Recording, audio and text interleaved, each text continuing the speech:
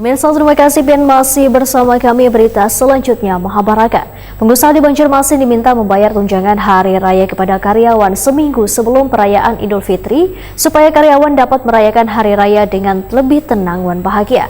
Begitu pula dengan Dinas Koperasi UMKM Wan Tenaga Kerja Banjarmasin diminta untuk memberikan surat himbauan kepada pengusaha agar membayar THR sesuai dengan peraturan yang berlaku.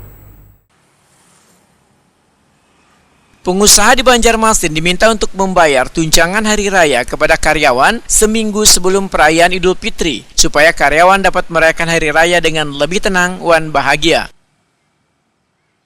Begitu pula dengan Dinas Koperasi UMKM Wan Tenaga Kerja Banjarmasin diminta untuk memberikan surat himbauan pada pengusaha agar membayar THR yang merupakan kewajiban agar sesuai dengan peraturan yang berlaku. Permintaan ini disampaikan Ketua Komisi 4 DPRD Banjarmasin Nelly Ristiani Wetakuni Prima TV jelang tengah hari Kamis 20 Maret 2025.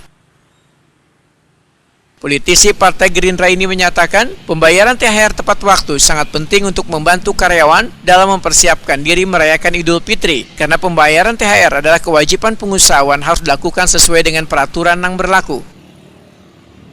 Berikan himbauan kepada perusahaan-perusahaan atau semua yang memiliki karyawan-karyawan baik di lingkup swasta bisa menghimbau, bisa memberikan dalam bentuk THR sebelum mendekati hari raya, minimal paling tidak 10 hari sebelum hari raya Idul Fitri.